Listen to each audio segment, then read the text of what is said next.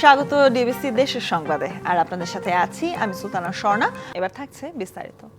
কোরবানির ঈদকে সামনে রেখে মহাসড়কে বেড়েছে যানবাহনের চাপ। তবে এখন পর্যন্ত নির্বিঘ্নে চলাচল করছে যানবাহন। গুরুত্বপূর্ণ সড়কগুলোতে যানজটের আশঙ্কা করছেন যাত্রী ও চালকরা। এদিকে যানজট প্রবণ এলাকাগুলো চিহ্নিত করে যানজট নিরসন সহ ঈদে ঘরমুখো মানুষের নিরাপদ যাতায়াতের ব্যবস্থা নেয়ার দাবি হাইওয়ে পুলিশ সহ আইন শৃঙ্খলা বাহিনীর। এবারের ঈদ যাত্রায় মহাসড়কে এখনো পর্যন্ত বড় ধরনের কোনো প্রতিবন্ধকতা সৃষ্টি না হলেও শেষ কর্মদিবসে কোথাও কোথাও রাজধানী ছেড়ে যাওয়াদের ভিড় ছিল, কোথাও কোথাও ছিল যানজটও। যানজটের আশঙ্কা বিবেচনায় রেখে ঢাকা চট্টগ্রাম মহাসড়কের কুমিল্লা অংশের 12টি জায়গাকে গুরুত্ব দেওয়া হচ্ছে। এছাড়া মহাসড়কের কোথাও যেন পশুবাহী ট্রাকে চাঁদাবাজি কিংবা মহাসড়কে ছিনতাই এবং ডাকাতির ঘটনা না ঘটে সে বিষয়ে বিশেষ উদ্যোগও নেওয়া হয়েছে। মানুষ যেন নির্বিঘ্নে স্বস্তি ঈদযাত্রায় নিজের বাড়িতে আসতে পারে, পশুবাহী গাড়ি তারা যেন নির্দিষ্ট গন্তব্যে নিয়ে যেতে পারে, সে ব্যাপারে আমাদের নিরাপত্তা ব্যবস্থা জোরদার করা হয়েছে। ঢাকা মাওয়া এক্সপ্রেসওয়ের মুন্সিগঞ্জ প্রান্তে স্বাভাবিক সময়ের চেয়ে যানবাহনের চাপ কিছুটা বাড়লেও নির্বিঘ্নে চলাচল করছে যানবাহন। আশুলিয়া বাইপাইল চন্দ্রা মহাসড়কে এক্সপ্রেসওয়ের নির্মাণ কাজের কারণে সংকীর্ণ হয়েছে। তার উপর এবছর বৈরী আবহাওয়ার কারণে জলাবদ্ধতা থাকায় বেড়েছে যানজট এবং দুর্ঘটনার আশঙ্কা। এছাড়া ছিনতাই ডাকাতির আতঙ্ক তো আছেই। পকেটে টাকা পয়সা নিয়ে যদি যাই, সেটা যদি ছিনতাই হয়, তাইলে তো আমরা আমার পরিবারের সাথে ঈদ ভালোভাবে পালন করতে পারবো না। 1 কিলোমিটার রাস্তা অতিক্রম করতে যদি 2.5 ঘন্টা 3 ঘন্টা সময় লাগে, এটা যাত্রীদের হয়রানি। বাড়তি নিরাপত্তার ব্যবস্থা নেওয়ার কথা বলছে প্রশাসন। যানজট নিরসনের জন্য হাইওয়ে পুলিশ বেশ কয়েক স্তরে আমাদের ফোর্স অফিসার আমি ফিল্ডে কাজ করতেছি।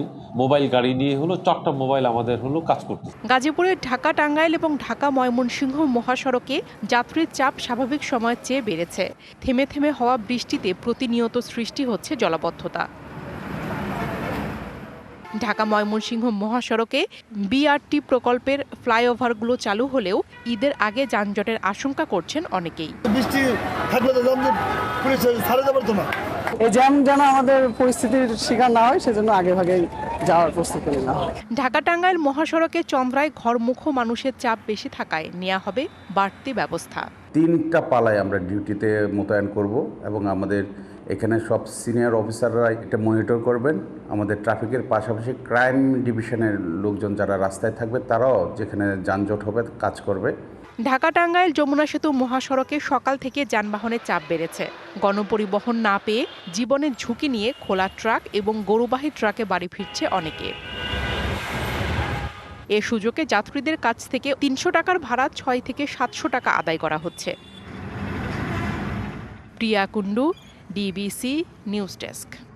ঈদ যাত্রার খবর জানাতে সাভার থেকে আমাদের সাথে সরাসরি যুক্ত হচ্ছেন সহকর্মী শফি মাহমুদ। শফি, সড়কে যানবাহনের কোনো চাপ রয়েছে কিনা? আপনার পেছনে প্রচুর ঈদ যাত্রার মুখী আসলে মানুষ দেখতে পাচ্ছি, তাদের আসলে কোনো ভোগান্তি হচ্ছে কিনা? টিকিটের দাম অতিরিক্ত রাখা হচ্ছে কি?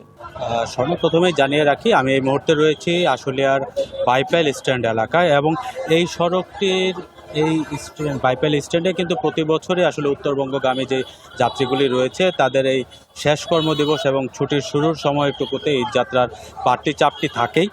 যেহেতু এই সড়কটি আবদুল্লাপুর হয়ে চন্দ্রা যায় এবং এটি বাইপাইল অতিক্রম করে যায়, তো এই সড়কটিতে বর্তমানে এলিভেটেড এক্সপ্রেসওয়ের যে উন্নয়ন কাজ চলছে সেটির কারণে সড়কটি বিভিন্ন অংশে কিন্তু সংকীর্ণ হয়ে রয়েছে। এছাড়া খানাখন্দর বিষয়টি তো রয়েছেই। তো সেই দিক বিবেচনায় এই বছর যেহেতু বৈরী আবহাওয়া বিরাজ করছে, সকালেও আমরা দেখেছি কিছু সময় বৃষ্টি হয়েছে, তো এই পরিস্থিতিতে কিন্তু বিভিন্ন অংশে এই খানাখন্দগুলো জলাবদ্ধতার সৃষ্টি হওয়াতে সেই অংশগুলো পার হতে যানবাহনের কিছুটা সময় বাড়তি লাগছে।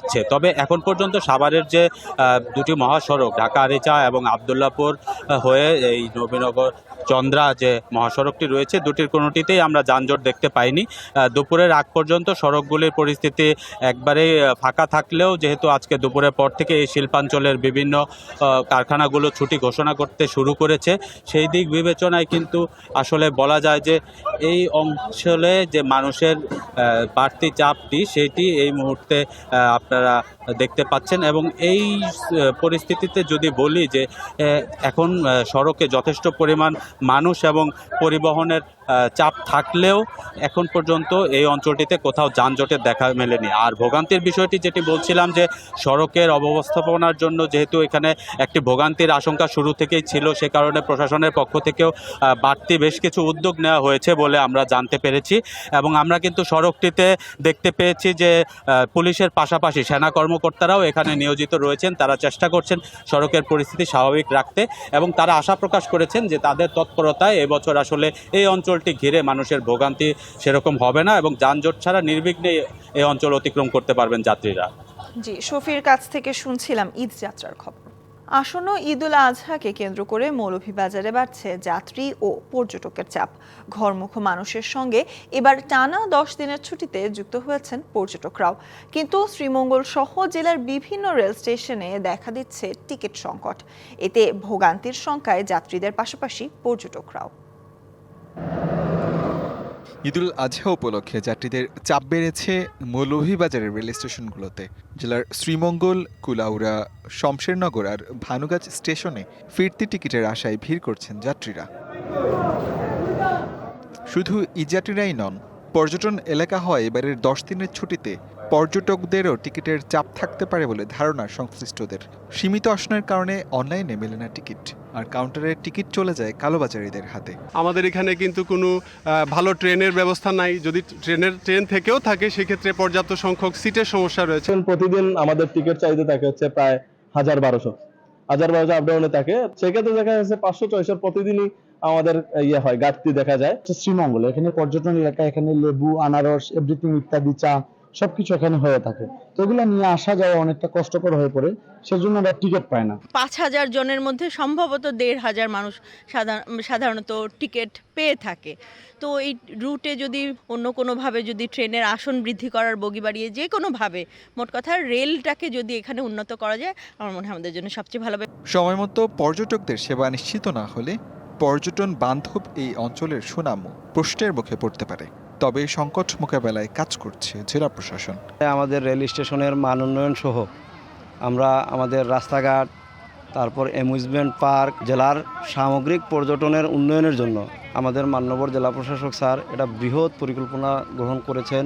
ঈদুল আজহার লম্বা ছুটিকে কেন্দ্র করে এবছর মৌলভীবাজারের সব পর্যটন স্পটে বাড়বে দর্শনার্থীদের উপচে পড়া ভিড়। তাই এই রুটে আসন বৃদ্ধির পাশাপাশি বিশেষ ট্রেন চালুর দাবি সংশ্লিষ্টদের। DVC news desk. কোরবানির ঈদকে সামনে রেখে জমে উঠেছে সিরাজগঞ্জের পশুর হাটগুলো। হাটে প্রচুর পরিমাণ ক্রেতাদের ভিড় থাকলেও এখনও বেচা বিক্রি তেমন জমে ওঠেনি। আর গোখাদ্যের দাম বেশি হওয়ায় গরুর কাঙ্ক্ষিত মূল্য না পেয়ে হতাশায় আছেন গরু বিক্রেতারা।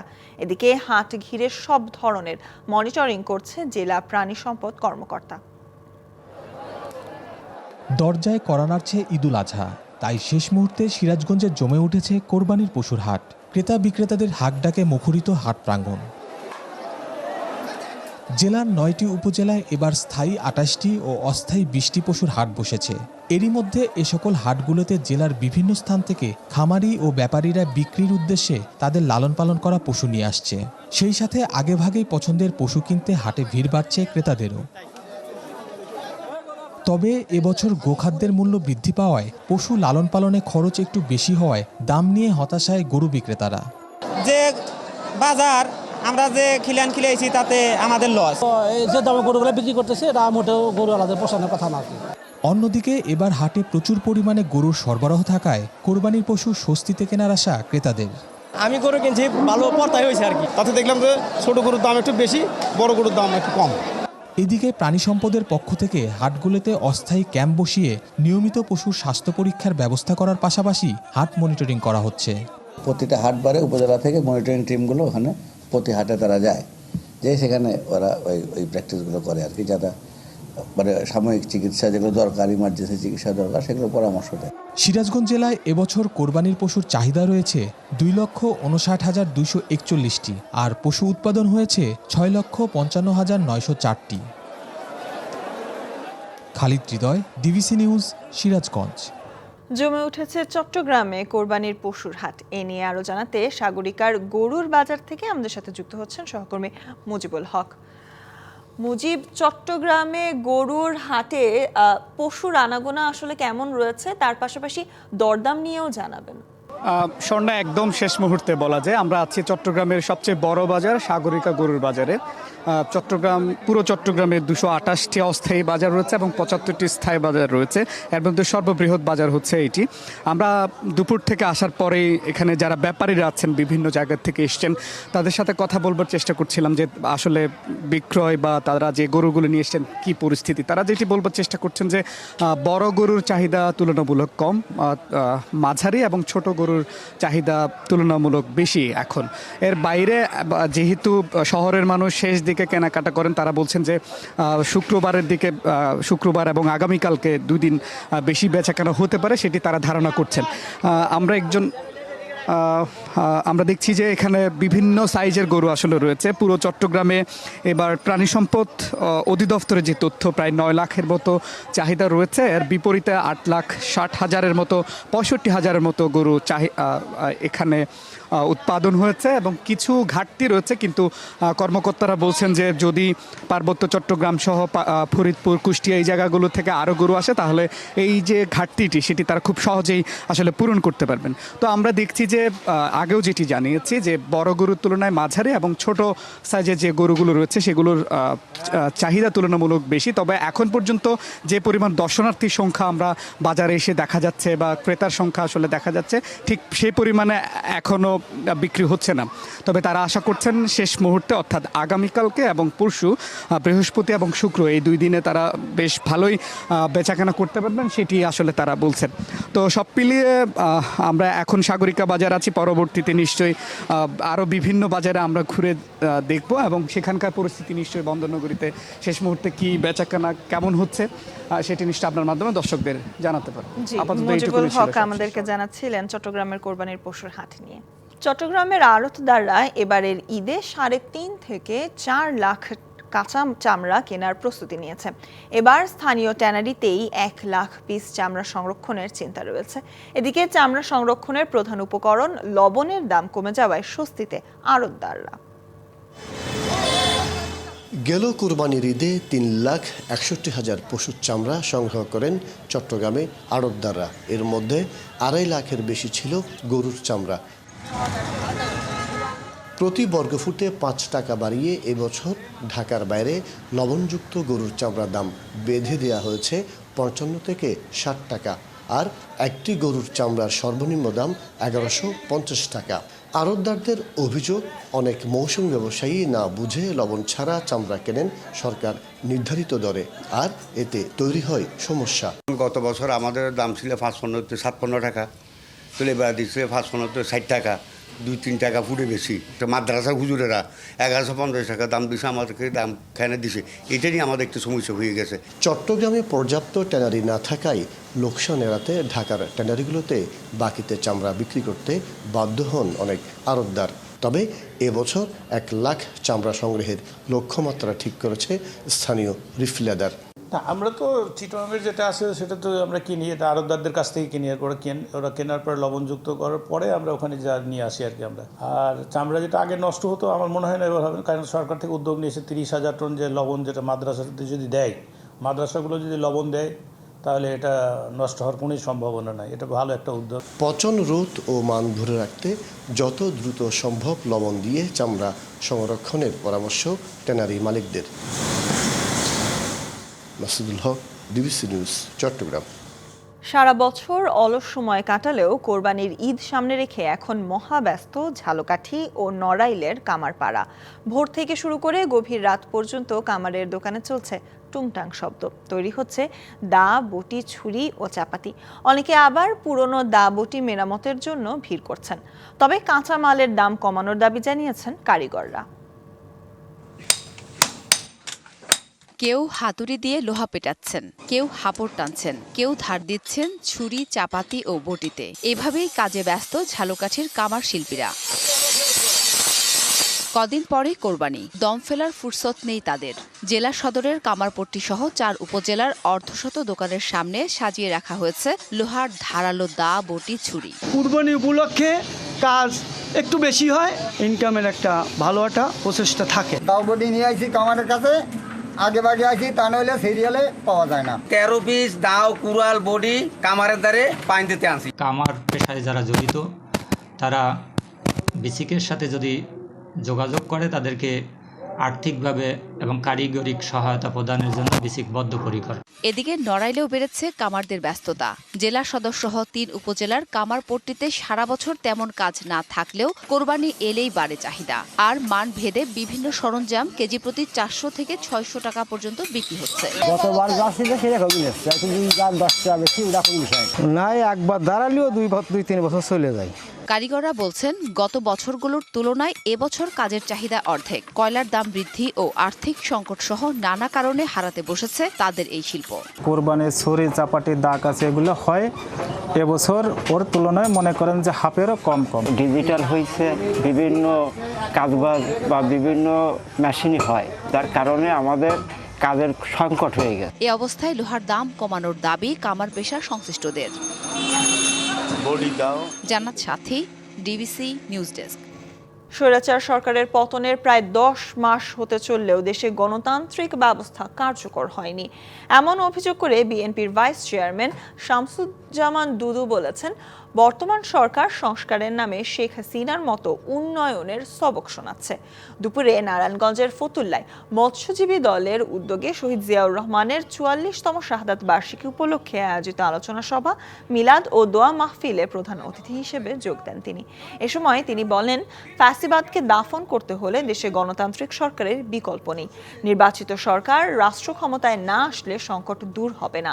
নিজেদের ঐক্য বিনষ্ট হয় সরকারকে এমন কোনো পদক্ষেপ বা বক্তব্য না দেওয়ার আহ্বান জানান শামসুজ্জামান দুদু। মাদারীপুরের শহীদ প্রেসিডেন্ট জিয়াউর রহমানের 44তম শাহাদাত বার্ষিকী উপলক্ষে আলোচনা সভা অনুষ্ঠিত হয়েছে। দুপুরে ডাসার উপজেলার শশীকর স্কুল মাঠে অনুষ্ঠানটি আয়োজন করা হয়। এতে অংশ নেন ডাসার ইউনিয়নের সাধারণ মানুষের পাশাপাশি বিএনপি ও অঙ্গ সংগঠনের নেতাকর্মীরা। সভায় প্রধান অতিথি ছিলেন বিএনপির কেন্দ্রীয় কমিটির গণশিক্ষা বিষয়ক উপসম্পাদক আনিসুর রহমান খোকন তালুকদার। অনুষ্ঠান শেষে শতাধিক মানুষের মাঝে বস্ত্র বিতরণ করা হয়।